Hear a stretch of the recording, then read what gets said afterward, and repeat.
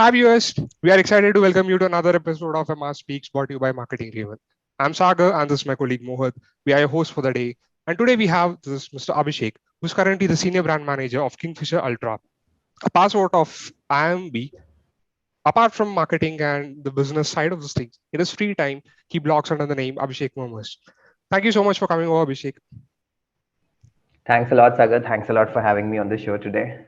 It's my pleasure to be here and kind of share whatever I can, probably add value to your team here and even to the viewers today. Perfect. So let's get started. Abhishek, you come from a very diverse background, ranging from tech to government sector to freelancing to marketing. Could you throw us some light on your journey till now? So, Sagar, I actually are one of those people, who has no idea what to do at 12th standard, and then you kind of start dabbling with different stuff, and then you kind of figure out maybe this is where I'm good at, and then you kind of take it up as a career. That's where I come from. Post engineering, I think that is what everyone does, right? Wipro Infosys Cognizant is something that you just jump into because that's the placement thing that you usually go. But then, even from my college third year or final year, I was into government exam preparation, specifically the too much time invested in UPSC prep. And that's why my inclination for government exams kept continuing. And, once you're into UPSC, the rut, you need money to sustain as well. So I needed another job that is, sustainable, not into the corporate part of it, but you need to keep the cycle running. So I was able to clear a couple of exams, IBPS, SSC, CGL, stuff like that. And that's how I ended up in a bank from engineering. So the focus has always been towards UPSC. But then, things usually don't happen the way you want it to. I had given up like 3-4 years into UPSC prep. And after a couple of like 3 attempts, I was like, I think it's time I drop this and burn the bridge altogether. And now what? Like I've already gotten into this management, leadership thought. But the next viable option was obviously CAT. And people who were studying UPSC with me, one of them had an experience of CAT, and he's the one who pushed me. He was like, perhaps if not for an IAS, maybe you can go for a TAS, which is Tata Administrative Service. I was like, okay, cool. I think that's something I could consider once you have to start from scratch. And we both ended up cracking the CAT, and he got into IIM Calcutta and I got into IIM Bangalore. So that's part of the journey. But getting into marketing was something super surprising. I wanted to get into general management initially, but this aspect of brand management came into picture in the first semester, and people were going crazy on this aspect because I've heard that brand management roles are rare. And people who want to get into brand management have to kind of spend like 3 to 4 years in sales first, and only then you get into marketing and then you get into brand. But HUL and PNG kind of worked in a different pattern there. And quite luckily for me, I could crack the PNG interview, and eventually I worked with the Wix India team and I could get a PPO from them. And that's how I ended up in marketing and especially branding. I could say touchwood, fallen into love with brand management, but there's a lot to go. It's not the type of marketing that we thought it is. It's not the type of marketing we learned in college, but it's entirely something different. And I'm trying to pick up the paths here and there. A couple of years in PNG, and then picking up this industry, Alcobev industry. This is super exciting, no doubt about that. It's supposed to be cool, but it comes with its own issues and stuff, right? So I'm dabbling between stuff, but this is how I ended up where I am right now. But super grateful for whatever has happened. All good. Abhishek, that's quite an interesting story to tell, I can definitely say. Uh, I would also want to know about an incident which is very close to your heart, like from your corporate Mm-hmm. life, that you would like to share Mm-hmm. with our audience. Any favorite Mm-hmm. campaigns or activation that you have loved working on that you want to share? Right now, is it? Yeah, within I'm that working on 2 something years. really cool. Yeah, right now I think there are a couple of things that we worked on. One was, you know, back in Wix India, we had this rural campaign where you need the core objective was to increase the rural penetration of the brand, and you had to connect with the root consumers, and that meant you had to get insights from them. And you can't rely on someone like say, it's usually the job of the consumer marketing analytics team. They talk to the consumers, they bring you the insights, but once you're into the brand, you're so much invested, you understand that the brand is your baby. And if you want to take your brand to a really remote place, you need to understand what's happening there. And that's when I actually got onto the ground with my team. We went to do all this house to house, surveys, if I can call that. Uh, we got time, an hour or so with a couple of consumers here and there, places in Lucknow, remote places of Lucknow, and all the while sitting in a head office, you keep thinking ki this is the brand strategy, this is what you need to see, this is the type of consumer, this is ad copy. But then you go there and you see a consumer's house, you see the shelf of a consumer, and they have four brands sitting there. They had Vicks, Amrutanjan, Iodex, everything sitting there, and we were in our head, we were planning something else. So that's more of a revelation for me, because what we sit and think as marketeer is entirely different than what happens on ground. So whatever insights we got from it became a huge campaign for us, and we were able to kind of convert it in the way we wanted to, and our rural penetration increased by I think 2 or 2.5% in that phase, particularly after the campaign. So that's one close campaign for me, because I was exposed to an entirely different thing versus whatever I learned in the books, especially Kotler, that people call out in college. And right now we're working on something really exciting, because the alcobev industry is not allowed to advertise. You need to find different avenues of advertising, right? So you get into event management, you get into music, you get into some kind of art form. But just wait a couple of months maybe, and you'll see something exciting coming up from Kingfisher Ultra, and you will hear the noise hopefully pretty We'll soon. definitely wait for I that. can't really reveal that part of it, but maybe in the next month you can look forward to something really cool. No, no, That that's quite sounds understandable. So continuing that line of thought, Abhishek. Yeah. So you mentioned that Wix, Mhm. creating a brand for Wix is completely different from something you're dabbling in an alcobev industry. So what are the different Yeah. challenges or the aspects of marketing that change from an FMCG setup to the alcobev industry, as you mentioned? So Sagar, first thing first, right? When I was working for PNG, a huge chunk of our marketing budget used to go into TV advertising, and media planning was one of our biggest KPIs, if I can call that. You had to know where to invest, when to invest, whom to tie up with, stuff like that. But the moment I came into Alcobev, an entire part of TV media is out of the picture. Of course, you can do TV media with your surrogate brands, but that's not as cool as what you do with your direct brands. That's what I would say. You'd still have to be like, okay, you get that rub off effect with your surrogate brands, but it's not as fun as you do in FMCGs, right? That was one of the hindrances that I found. But then Alcobev has its own exciting parts. FMCG, they do some kind of sponsorships here and there, but Alcobev is so much into music parties. So that's where you kind of think in, you put your marketing hats and think how you can position your brand. What's the type of consumer you want? Like, it's not always party. A Kingfisher Premium is never equal to a Kingfisher Ultra, which is never equal to a Budweiser, which is never equal to a Corona. Every single brand has its own positioning. Every single brand knows which target consumer it has to speak to, right? So that part of marketing was something interesting. But like I said, the TV media part was actually a hindrance initially, but you need to learn what you need to learn. 2 years into this, 2 years into that, kind of feel maybe this is more exciting than an FMCG, but I could be wrong. Yeah, learning should be always be a part of the journey. So Abhishek, Of on course. the learning part only, Yeah. you just mentioned, right, that you have been to villages for that penetration for Wix India, right? Mhm. So we wanted to understand Yeah. like what are the nuances involved when you are targeting a customer who isn't connected to either a digital media or any other major Mhm. offline channels. So how do you penetrate to that market, and what's your strategy around that? So Mohit, PNG used to come. They have their own frameworks of approaching consumers, right? I used to follow this even during college. It kind of helped me structure things in a better way. It's more like who, what, how, and why entirely. Who's your a customer or a consumer? What do you want to communicate? How do you want to communicate it? And finally, why are you doing this entire thing? Whatever you're doing. So the how part becomes important. Once you've defined who are you talking to, it's not just saying male, female, 18 to 26. That's not it. You need to get into the psychographics of it as well.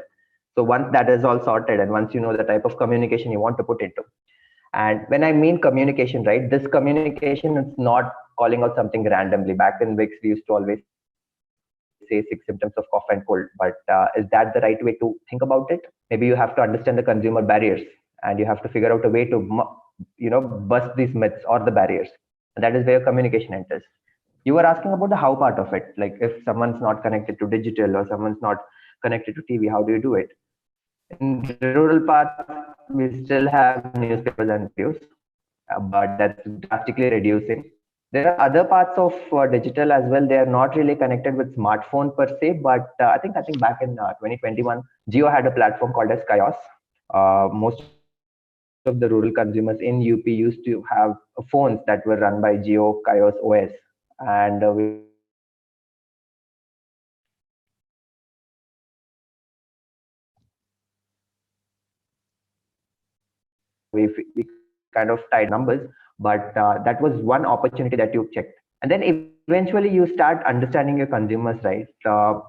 Just like TikTok, I think Moj, Takata, apps like these started coming up in tier 2 towns and tier 3 towns.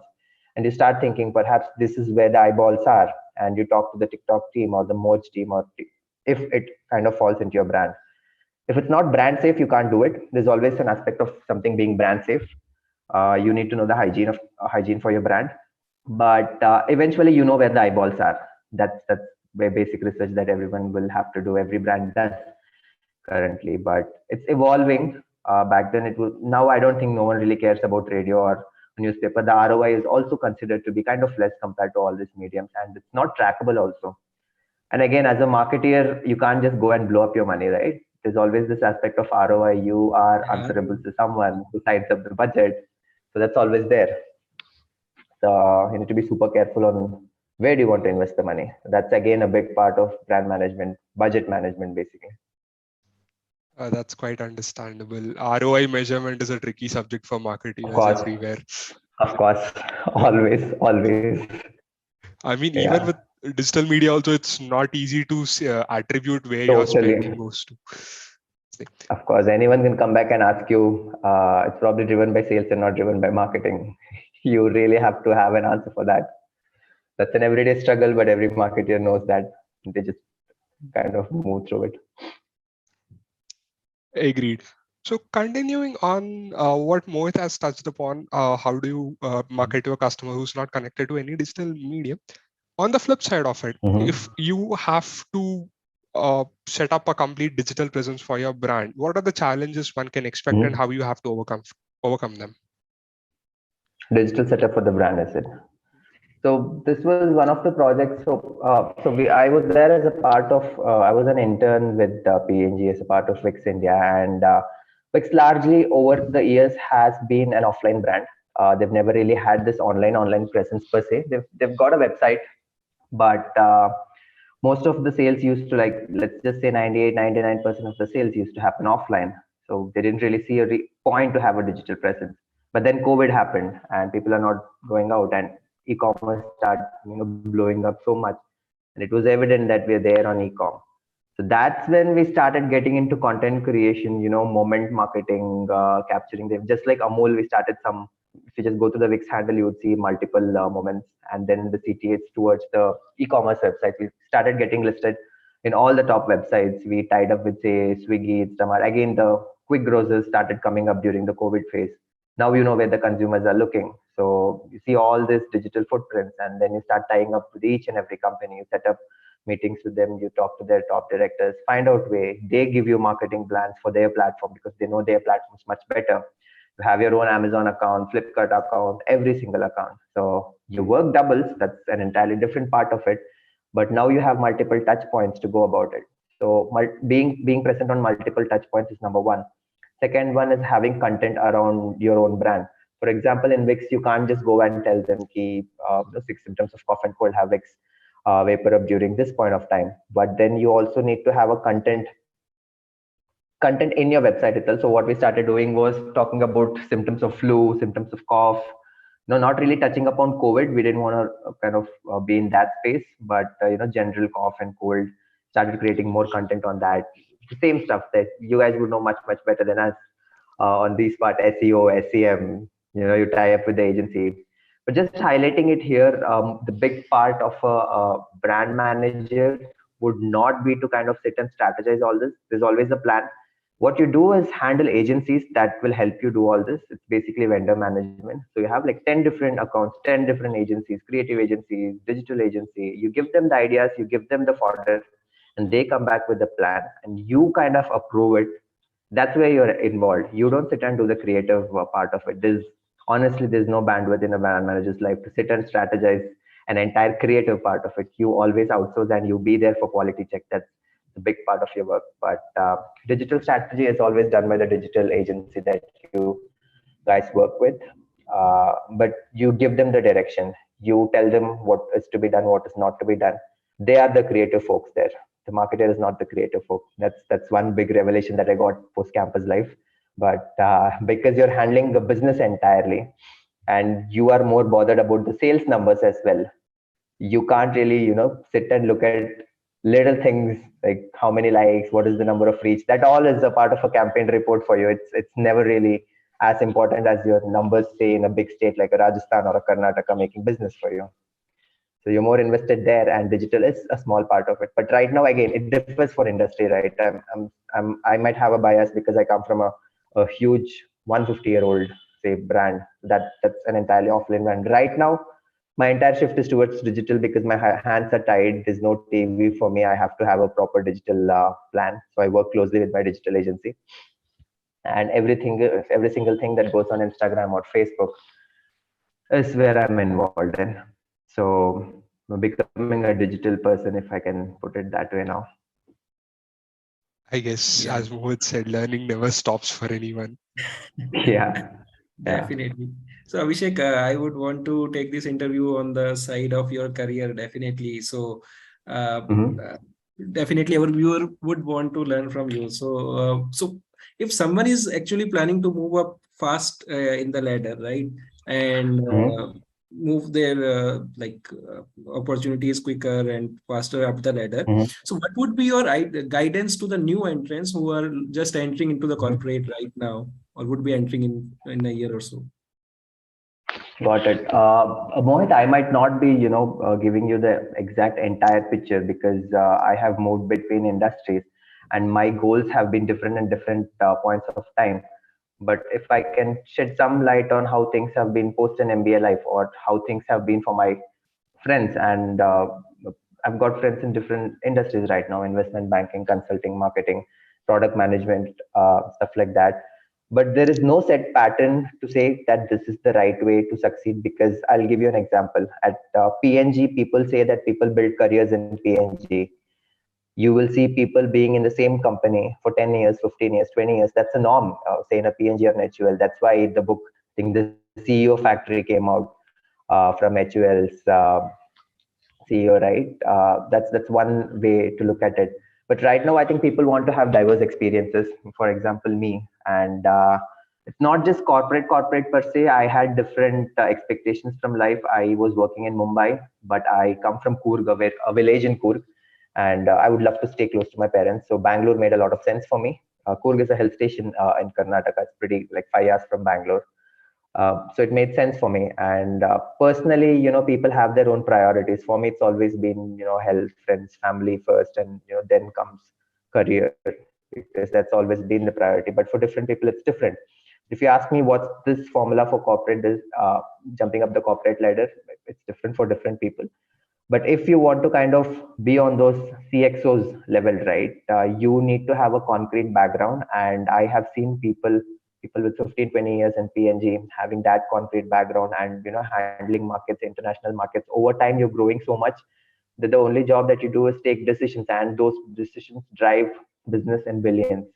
If you want to be there, that kind of person, now you know what kind of company you need to eventually get into, because the company has its own legacy. There are companies which kind of dilute, say they stay there for 5 years, 10 years, they grow and then they die. There are companies like that. I won't really suggest that we should stick to those type of company for 10 years.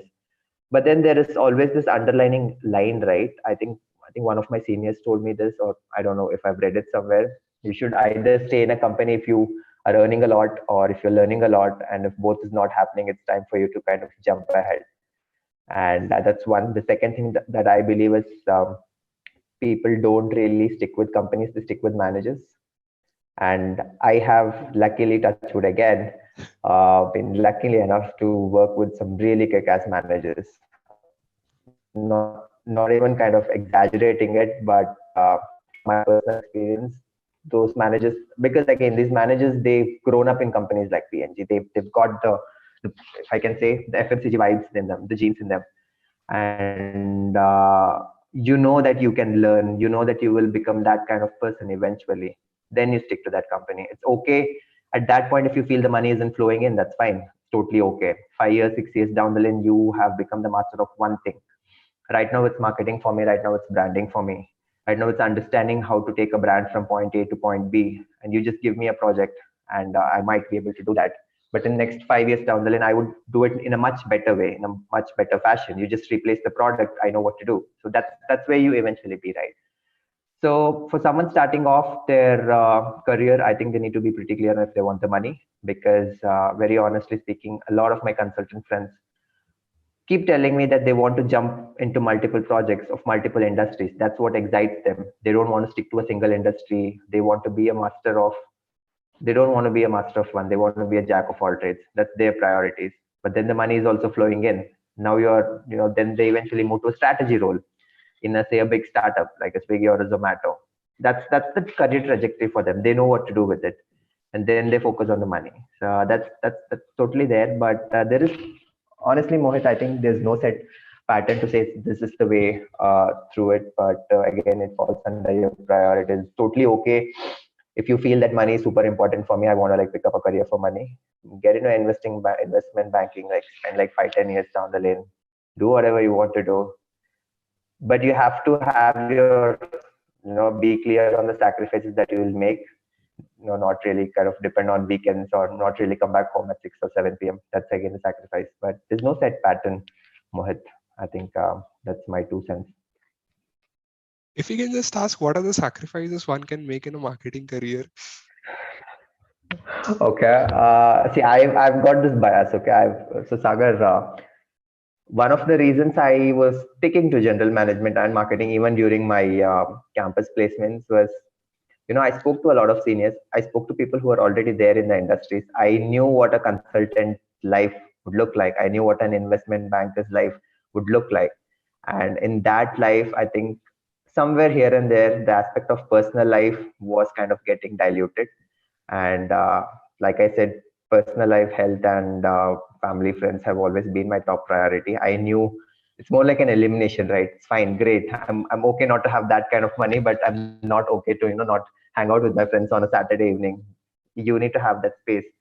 So in marketing, right, super honestly, this is not the type of job that people would say you work for like 15 hours, 16 hours. That's not the case. Once you kind of figure out your way into the job, you figure out what's important for the brand, where's your brand position. You keep thinking about the brand most of the time, but it's not really that rut where you put like 14 hours, 15 hours of your day into marketing, especially branding. Marketing, you know, people kind of confuse between marketing and branding, right? Branding is not just marketing. Marketing is a part of branding, but brand management is mostly business management. You might be sitting there and thinking that this guy probably works with ad agencies, he works with brand ambassadors. Yeah, that we do. That's everyday life. But the biggest part of my job would be to understand what is happening in each and every state, what is happening to my brand there, what's the type of volume that I'm able to get, what's my revenue profitability, how is it looking, can I do something, can I change something in my product, the packaging of it, anything and everything. The numbers matter to me a lot. So eventually, a brand manager is a business manager. So you are involved with the numbers. You talk a lot with the sales team. You have to negotiate with them because they come back with some kind of push, but you have to kind of give them the push from your marketing angle. And your work is to create the demand. They kind of push it, but you create the pull. So that's all there. But very honestly speaking, compared to most of the jobs, maybe product management and brand management they kind of put up 9 to 10 hours of the day, and it's mostly meetings and thinking about it, thinking strategy. That's the type of life you have. So in most companies, as far as I have seen, Saturdays and Sundays are off, and for most people, I think that's a bonus. For me, it's a boon. I'll be very honest. Saturdays and Sundays, always wanted it for myself. No work, like you just close it on Friday. But again, in a consultant's life, Saturdays and Sundays are off. I'll give that also. But the remaining 5 days, there's this hustle that you have to go through. But maybe comparatively, the money is not as much as it is in a consulting job, but it's as equal to whatever you want. It suffices. Very honestly, for me, it suffices. That's Absolutely. where I want to like put it. I don't want to sound like this is a chill job and that's a difficult job, but you get the picture. No, that's what we wanted to hear from you. What Yeah, exactly happens in reality? yeah, Now that we have heard enough yeah. about marketing, before we close off, we have one final Mhm, question from you. Do you still manage mhm. to have some time to write? And if you have any book recommendations, your favorite books to our readers, they would be happy to hear it. Of course, Sagar. So, writing, reading, traveling, going on bike rides, these have been my top priorities, and hanging out with my friends and family. These things I still stick to it. I try to wrap up my work by 7 p.m. every day. Come back, do a bit of working out. Like come back home at like 8:30. Then you have the time, your own time till night 11:30. So I try to kind of put in all these writing aspects. Maybe I don't blog so much, but I've started writing in my journal a lot. Putting down thoughts. It kind of streamlines the way you think. And I spend like 30 minutes every day before going to sleep in one particular book. I have dropped this idea of resolution finishing like 20 books in a year. I'm not doing that. It's more like I will read 50 pages per day. I've kept it as simple as that. And one of the most favorite book in the last recent times, I think, is it's A Man Called Ove.